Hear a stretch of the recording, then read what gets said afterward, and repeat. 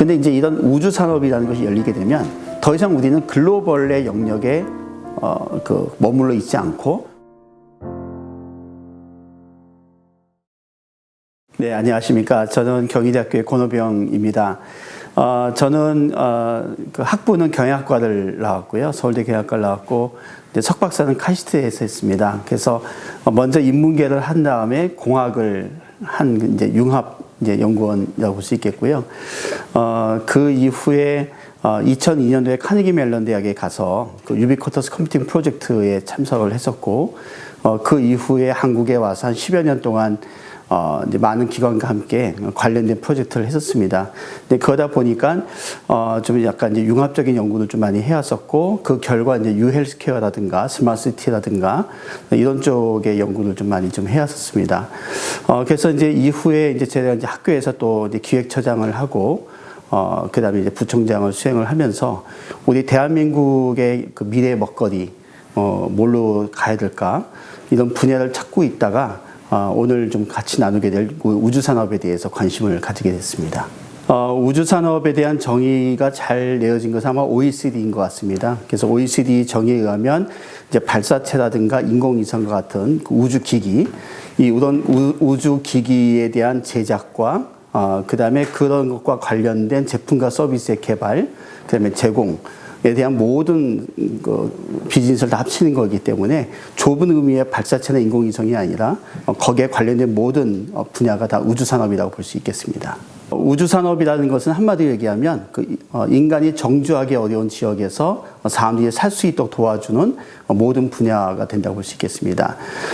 예를 들어서 우리가 이제 행성을 만약에 간다고 한다면, 거기서 비즈니스를 한다고 한다면, 행성에는 이제 공기도 없고 물도 없고, 그 다음에 중력도 좀 약할 수도 있고, 이런 상황에서 그런 것들을 이제 극복하기 위한 여러 가지 많은 기술들도 필요하겠고, 그런 것에 관련된 많은 장치들도 필요하겠죠. 근데 이런 우주산업이 중요한 이유는 뭐냐면, 사실 우리가 이제 물 부족이나 공기 부족이라든가 이런 것들을 극복하기 위한 기술들은 어쩌면 우리 지구도 나중에 보게 되면 미세먼지라든가 온난화라든가 오염 문제라든가 이런 문제 때문에 이 지구의 미래에서도 발생할 수 있는 그런 문제점에 대해서 동시에 그런 문제를 해결할 수 있는 그런 기술이 될 수도 있기 때문에 우주산업이라는 것은 어떻게 보면 다른 말로 얘기하면 미래의 지구산업이라도 볼 수가 있겠습니다. 네. 우리가 보통 이제 우주산업 이렇게 되면 직접 우주산업을 얘기를 하죠. 발사체라든가 인공위성이라든가 그다음에 이제 어떤 기지국이라든가 아니면 우주기기를 제작한다든가 위성 영상 같은 그런 분야가 될 텐데, 한번 생각해 보십시오. 이제 만약에 우리가 달이나 화성으로 이제 가게 된다면 거기에 그것을 가기 위한 준비도 해야 될 겁니다. 그리고 거기에 오랫동안 또 유영을 하거나 이제 여행을 하게 되면 이제 사람들이 거기에서 외로움을 느낀다든가 어떤 정신건강의 문제가 있을 수도 있겠고요. 그다음에 거기에서 정주하기 위해서는 또 식량의 문제, 이런 여러 가지 문제가 있고, 그러면 그것을 위해서 스마트팜이라든가 아니면 어떤 그 IT의 부분이라든가 물류 부분이라든가 관광이라든가 또 그런 것을 할 수 있는 어떤 경영 창업 분야라든가 이렇게 사실은 우주 과학이나 우주 탐사 외에 다른 많은 분야들이 함께 모여야 되는 일종의 융합산업이라고 볼 수 있겠습니다. 그래서 직접적인 우주산업 외에도 이 간접 우주산업도 굉장히 중요하다고 볼 수 있겠습니다. 우리가 이제 경영학, 경제학도 봤을 때 우리가 내수만을 생각하는 그런 경영학과 경제학이 있을 수도 있지만, 이제 우리가 다른 나라나 다른 문화권에 간다고 한다면 이제 수입의 문제, 수출의 문제, 또 현지 투자의 문제, 또 현지에서 공장이나 사업을 돌렸을 때 또 현지인과의 어떤 그 문화 차이로 인한 여러 가지 문제 때문에 우리 경영학에서도 그런 타문화권이나 다른 국가권이라고 하는 그런 맥락하에서 어떻게 기업이 성공할 수 있는지에 대한 연구를 따로 했었고, 그런 결과로 말미암아서 국제경영학이라든가 국제경제학이 나오게 됐단 말이죠. 그러면 이제 국제경영과 국제경제는 다른 국가 또는 다른 문화권에 관련된 경영학, 경제학이라고 본다면, 이제는 우리의 관점을 지구라고 하는, 글로브라고 하는 지구의 관점에서 벗어나서 달이나 화성과 같은 행성 관점으로 이렇게 보게 된다면, 그런 우리의 그 사업의 범위가 넓혀졌을 때 또 어떤 그 전략이라든가 어떤 것을 준비를 해야 되는지에 대한 연구가 필요하겠고, 그것을 일컬어서 이제 행성 경영 또는 행성 경제라고 이름을 붙인 겁니다. 네, 물론 이제 거주를 하려면 공기라든가 물이라든가 식량 같은 것이 잘 제공이 되겠죠. 그래서 쉬운 문제는 아닙니다. 당장은 어렵겠지만 중요한 건 뭐냐면 지금 이미 전 세계에서 그런 정주가 가능할 수 있는 연구가 이미 시작이 되고 있다는 것이죠. 하나의 예를 든다면 MIT에서는 이산화탄소를 집어넣으면 산소를 발생시키는 기계가 왁스라고 하는 기계가 있는데, 이런 목스라는 기계를 개발을 했어요. 그럼 만약에 이것을 가지고 이산화탄소가 있는 곳에 갖다 그걸 설치를 하면 얘가 시간이 지날 때마다 계속해서 산소를 발생을 시키는 거죠. 이런 연구도 하고 있고, 그 다음에 이제 지금 그 국제우주정거장에 그 케인트 루빈스라고 하는 그 우주인이 있는데, 그는 그 우주정거장 안에 그 무중력 상태에서 무를 키웠어요. 그래서 무 20개를 키워서 지구에 보내기도 하고요. 그 다음에 우리가 이제 달이나 화성에 가게 되면 신속하게 이제 건축물을 세워야 될 텐데, 사람이 거기에서 직접 뭐 이렇게 벽돌을 쌓을 수는 없으니까, 그래서 이제 하는 연구가 뭐냐면 3D 프린팅 기술을 이용해서 현장에서 사람의 도움이 없이도 로봇에 의해서 건축물을 만든다든가, 그 다음에 DHL 같은 경우는 이미 우주 물류에 대한 사업들을 준비하고 있습니다. 자, 이런 것처럼 굉장히 먼 훗날의 얘기인 것처럼 보이지만 사실상 앞서가 있는 사람들은 이미 그런 것을 가정을 하고 혁신적인 연구와 혁신적인 비즈니스를 하고 있는 것이고요. 결국은 나중에 그런 것들이 가능한 시대가 되면 지금 혁신적인 연구와 비즈니스하는 그런 사람과 연구자의 것이 되어버린다는 것이죠. 중요한 건 그겁니다. 가능성이 확 열렸을 때에는 이미 레드 오션이 돼요. 그때는 연구를 해도 성공할 가능성이 별로 없는 것이죠. 경쟁이 있어서. 경쟁이 있기 전에 꿈과 비전과 그다음에 어떤 그런 적극성을 가지는 그런 사람들이 결국 나중에 이 우주 산업의 주인공이 될 것이기 때문에 미리 우리는 준비를 해야 될 것이라고 생각이 듭니다. 이미 작년도에 그 민간 스페이스X의 도움을 받아서 민간 차원에서 우주 유영을 했고요. 우주 유영이라는 것이 관광 산업으로 이제 시작이 됐고요. 그다음에 일론 머스크 같은 경우는 그의 비전은 앞으로 한 3, 4년 후에 화성에 유인 우주선을 보내겠다고 하는 것이고, 그 다음에 2050년도까지 화성에 100만 명을 이주시키겠다는 계획을 가지고 있습니다. 그렇기 때문에 이제 지구 바깥에서의 우주 유영 등에 관련된 우주 산업은 이미 시작이 된 거고요. 그 다음에 한국에서도 지금 그런 이제 비즈니스를 하려고 하는 업체가 나타나고 있는 것 같습니다. 그러나 이제 화성에 이제 유인 사람이 간다는 것이 4, 5년 후에 가능해진다고 한다면, 그다음부터는 굉장히 빠른 속도로 이런 우주 산업이 열릴 거라고 생각이 됩니다. 그렇죠. 이제 우리가 사실은 이제 제일 먼저 가기 편한 곳은 달이라고 볼 수 있겠죠. 근데 이제 달은 그 대신 많은 과학자들이나 비즈니스 하시는 분들이 달은 정주 환경으로 생각하지는 않는 것 같아요. 그 대신 어떤 화성이나 다른 행성으로 이전하기 위한 중간 단계로는 의미가 있다고 생각을 해서, 그러나 이제 사람들이 정주하는 환경, 그러니까 지구를 대안을 할 수 있는 그런 것으로서 이제 다들 화성을 얘기하고 있죠. 근데 화성은 이제 그 지구와 굉장히 사이즈도 비슷하고, 그 다음에 지구와 같이 이게 그 안반형으로 되어 있습니다. 그래서 건축물을 짓기에 편하게 되어 있고, 그 다음에 이제 자전 주기도 거의 24시간 거의 유사하기 때문에, 낮밤이 비슷하다고 하는 이제 큰 장점이 있고요. 또 어떤 게 있냐면 최근에 발견된 것인데, 화성의 극지형에 큰 얼음층이 있는 것이 발견됐습니다. 물론 그 얼음은 H2O의 얼음은 아닙니다. 아마도 드라이 아이스일 텐데, 제가 이 말씀을 드리는 이유가 뭐냐면, 화성에서 사는 데 있어서 가장 큰 도전은 대기권이 지구의 1%밖에 되지 않습니다. 1%밖에 되지 않는다는 얘기는 뭐냐면, 이 우주에서 날아오는 아주 유해한 우주선을 그대로 통과한다는 것이기 때문에 사람들이 우주복을 벗고 살 수는 없습니다.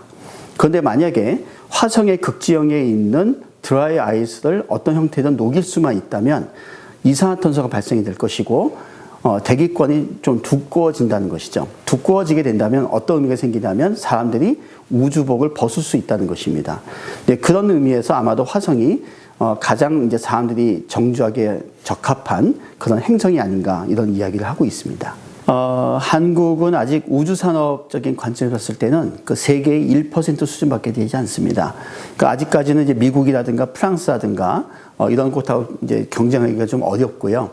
그 다음에 한국에 이제 우주산업 관련된 기업들도 있는데, 대부분의 기업들이 상당히 영세합니다. 통계에 의하면, 우리나라의 우주산업으로 분류된 기업들의 약 70% 정도는 연 매출이 10억이 되지 않는 그런 영세한 기업으로 알려져 있습니다. 그렇기 때문에 앞으로 이런 부분에 대해서 많은 지원들이 좀 필요할 것 같습니다. 우주산업이라고 한다면 제일 먼저 생각나는 것은 발사체죠. 발사체인데, 문제는 뭐냐면 이 발사체 기술은 상당히 미국이 많이 앞서 있고, 러시아도 물론 많이 앞서 있고, 중국도 마찬가지입니다. 그래서 좀 냉정하게 본다면 발사체 기술은 우리가 이미 좀 늦은 것 같아요.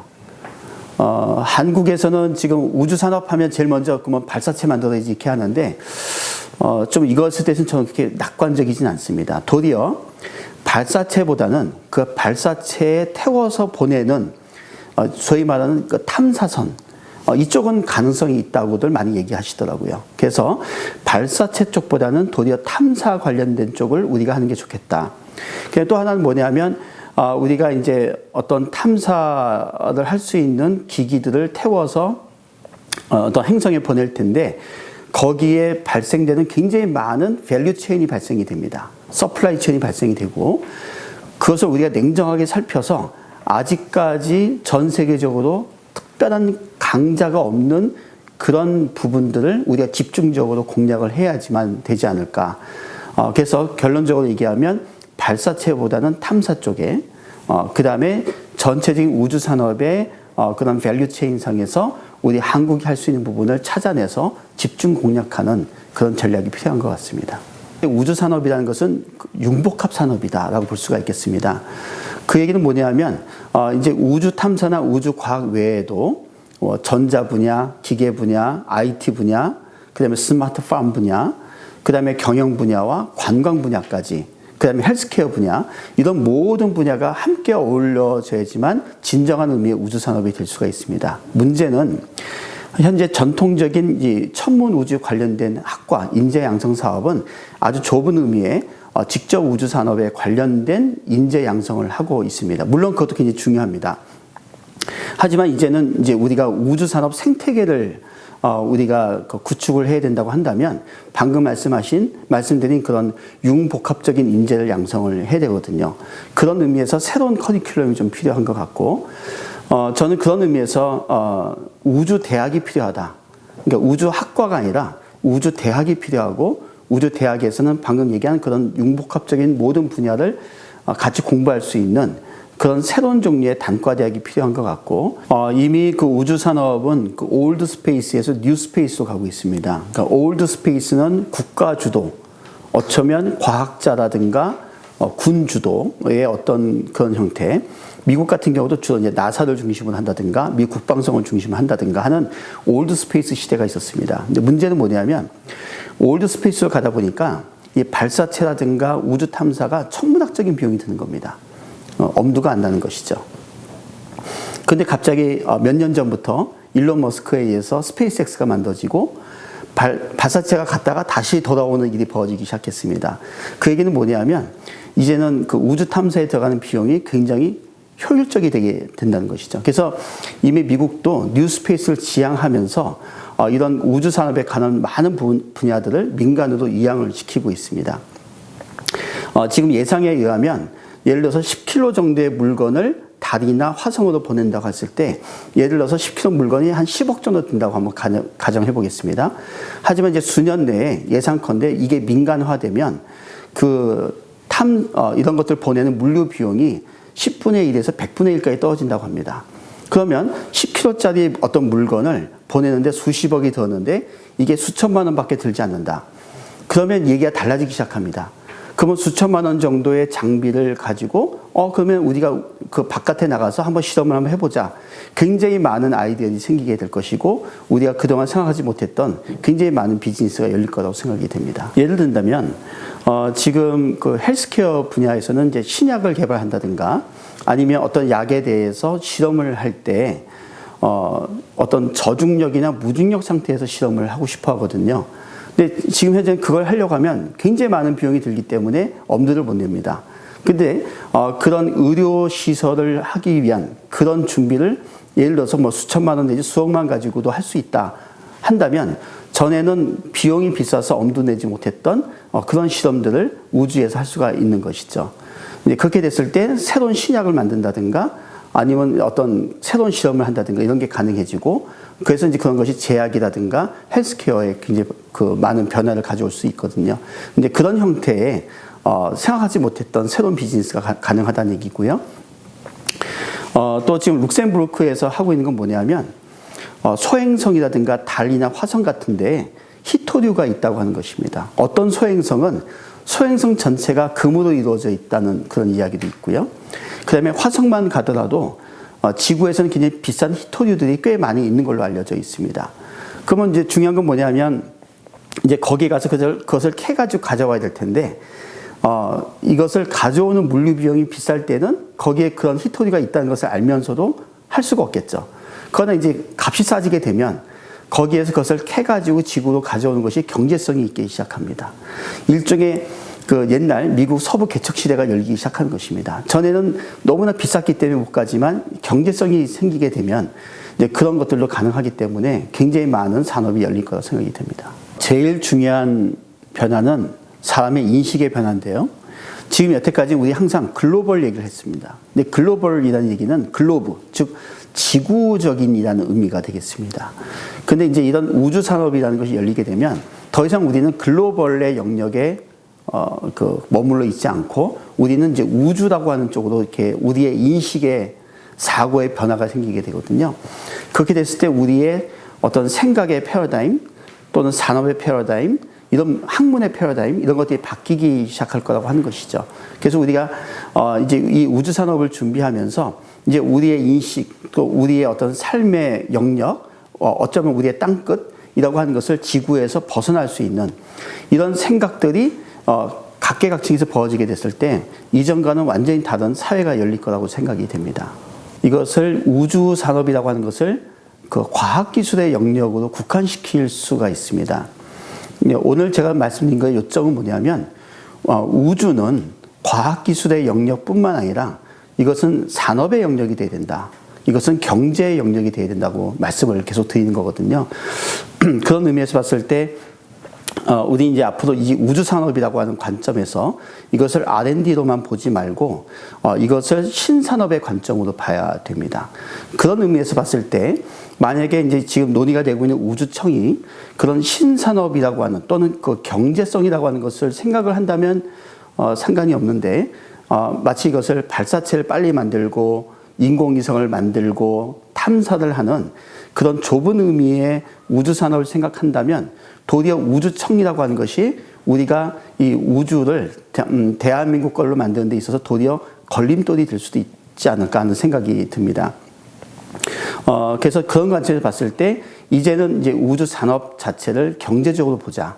그리고 이것을 신산업으로 보고 새로운 먹거리로 보자라고 이제 말씀을 드리고 싶은 것이고요. 그런 측면에서 봤을 때 이제 우리가 지원을 해야 될 우주 기업도 어떤 그런 망원경을 만든다든가 탐사체를 만드는 기업만 우주 기업이 아니라 예를 들어서 이 우주나 행성의 이미지를 가지고 와서 어떤 행성에 어떤 곳이 정주하기가 적당한 곳인지를 이미지로 분석하는 딥러닝 업체가 있을 수 있어요. 그러면 그런 인공지능 업체도 우주 기업이라고 볼 수 있겠고요. 그 다음에 이제 행성에 직접 가기 전에 지구에서 그 행성에 거주하기 위한 연습을 어디서 할 수 있겠습니까? 그 행성같이 만드는 메타버스 내에서 거기서 실제로 먼저 실험을 해보는 거죠. 한번 살아보고. 그럴 수 있다면 그런 행성의 정주 여건을 훈련 연습시켜 줄 수 있는 메타버스 업체도 저는 우주 기업이라 볼 수가 있는 것입니다. 그런 의미에서 봤을 때 이런 우리가 4차 산업혁명에서 얘기하고 있는 많은 그런 업체들 그 업체들도 만약에 그들의 사업의 영역을 우주로만 펼칠 수만 있다면 그 모든 기업들을 우리는 우주 기업이라고 얘기할 수가 있겠습니다. 그런 의미에서 우리가 많은 업체들이 함께 참여하는 그런 우주 전략을 짜는 그런 곳을 좀 장려할 수 있는 정책이 나왔으면 좋겠다는 생각이 듭니다.